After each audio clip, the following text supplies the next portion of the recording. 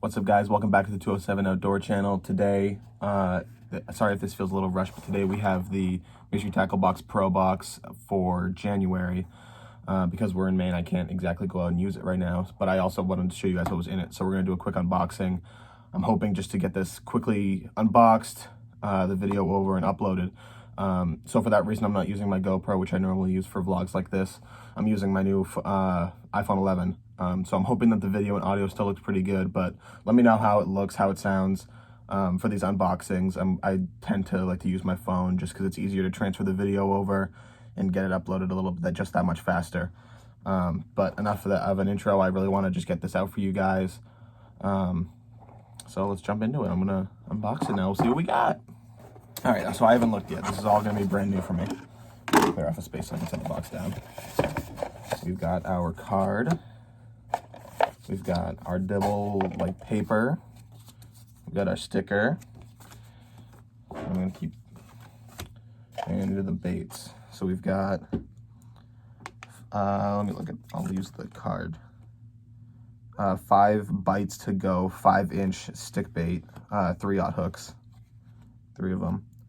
It's an interesting looking hook. I've never really seen anything like that before. It kind of gives options too, so it'd be best to use with a 5-inch Senko, a 5-inch fluke, a 6-inch lizard, or a creature bait. Cool, interesting. It's definitely a different type of hook than I've ever really used before. So that'll be fun to check out. What's next? Next we've got I can't even read.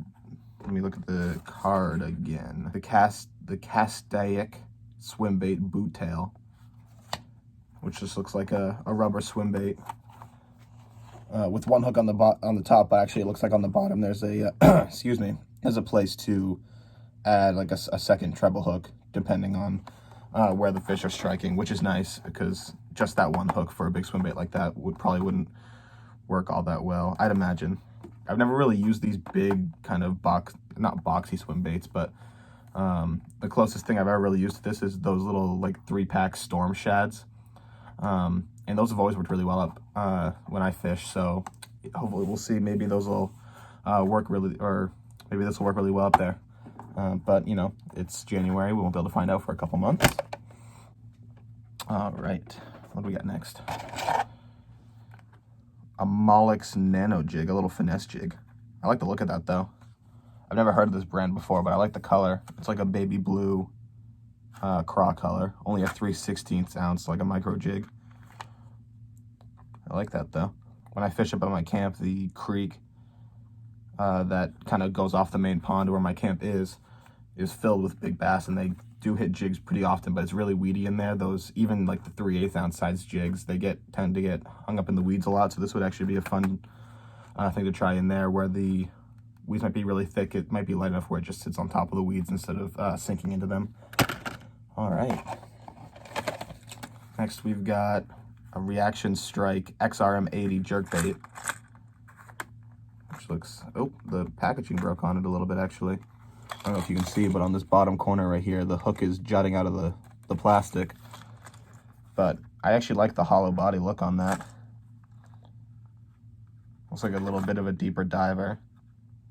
I see it's the XRM 80. It actually has a little table on the back here, depending on which model you have. It says how deep it dives. So the XRM 80 looks like it dives 2 to 4 feet. That's, wow. Looking at that tongue, I would expect it to have dove a little more than that, but it's a nice weight though. It's not super heavy. Ooh, excuse that. But it's not super heavy, which I like. You know what? This will kill up there in the spring as well. Silver and white colored jerkbait were all I used last spring. I caught white perch on them. I caught bass on them. I even caught a pike or 2 on them. They slayed with everything. So this is going to kill as well. I know for a fact that this will. This swim bait is similar in color, and it's bigger, which I would imagine would attract the pike, especially during ice out when they're spawning. They're going to tend to be a little more aggressive. But that's to be seen. Like I said, I've never used anything like this before. This is going to be an interesting one. What I like about the Mystery Tackle Boxes is stuff that I not necessarily will use all the time, but it's stuff that I can learn to use new tactics. Like, for example, we've got a Carl's bait here. The Carl's Shiver Crank. which dives. What color is that? That's an interesting color, actually. Does it say? I don't think it says what color, but it's like blue on the top, purple in the middle, and like a white or clear on the bottom. So it's got a bunch of different colors on it, which is pretty cool. And it's got a much deeper diver than anything I've normally used. It'll dive 6 to 10 feet. I do most of my fishing right off the shore at my camp. So that's maybe like 3 feet at the most, anywhere from like a foot to like 4 feet maybe. So these deeper diving cranks I don't really use, especially if it dives 6 to 10 feet. But there are some deeper parts in the pond, some rock piles and stuff that I just kind of have found last summer that I'm hoping to explore more this spring and this coming spring and summer. So I bet that'll kill there. All right, looks like we got a few more left. We got a Z-Man 10X Tough Ned Rig bait. It's a TRD Hogs Canada Craw color. And I've seen these before. I think my cousin used these last year on a micro jig, like a 1/4 ounce jig as a trailer. And he actually caught a few decent bass on a different color, but I mean the exact same bait. But funny enough, they're made for a Ned rig, and he actually used it on a little jig.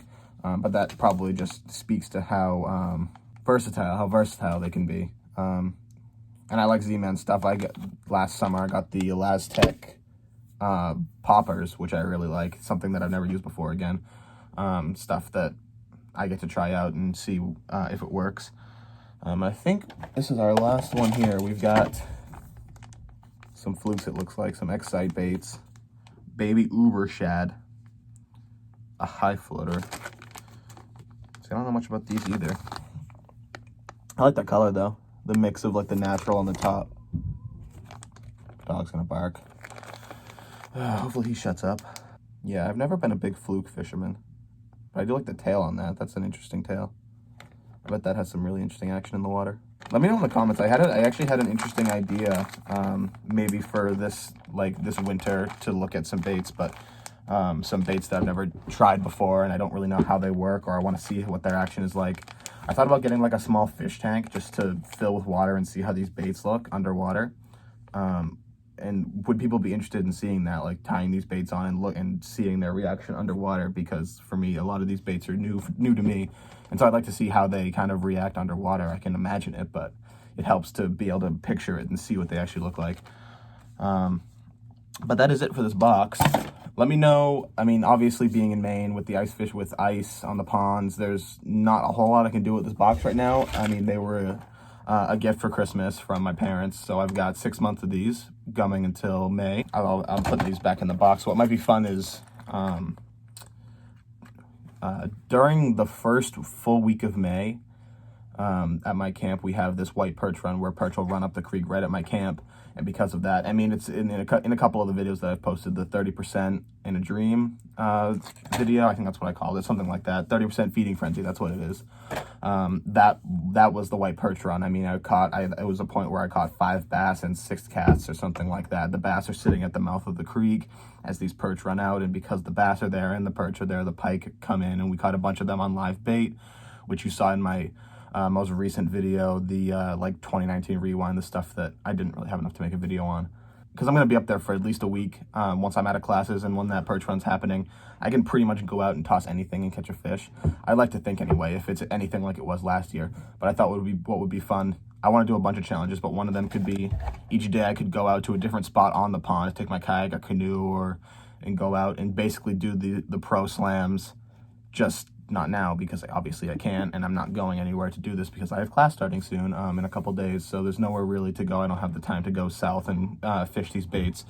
But I thought it'd be fun to take them out maybe a day at a time. Like one day I do the January box or the December box, which I didn't unbox because I got it for Christmas. I figured by that point everyone would have seen what's in them. But I thought that would be a cool idea come May. Or it could be something that I kind of extend throughout the summer. It's just that a lot of these baits are more winter baits. So, I mean, I think they'll still work in the summer, but I think as I wait to use them going later into the spring and summer, they might not work quite as well. So I thought that would be a cool idea. Excuse me, a cool idea. If you guys have any ideas about what I could do with these boxes until we have some open water, let me know. If you guys want to continue to see these unboxings, like, comment. Hit the comments up if you want anyway. I'm down to talk to whoever wants to be there. Have a good day, and I'll see you soon, because I got that ice fishing stuff coming, and there's not a lot to it. And I'm also going ice fishing tomorrow. I'm going to post this the day I'm recording, which is the 9th. So tomorrow I'm actually doing some more ice fishing. I might wait. I have some ice fishing stuff recorded and some fish caught, but I like trying to make my videos dense as opposed to like vlogging and doing a bunch of B-roll and having like a 10-minute video with one fish. That I don't really like that type of video recording. So what I might do is take some footage that I get tomorrow, hopefully, and kind of mash these two videos together. It would be half some small local ponds, some trout and bass fishing with my dad, and then half up at my camp, big pike fishing, if we catch some pike, which I think every time we've gone, we've caught a pike, so I'd like to think I'll be able to do that. But whatever gets posted next, I'll see you guys in the next one, so see you around.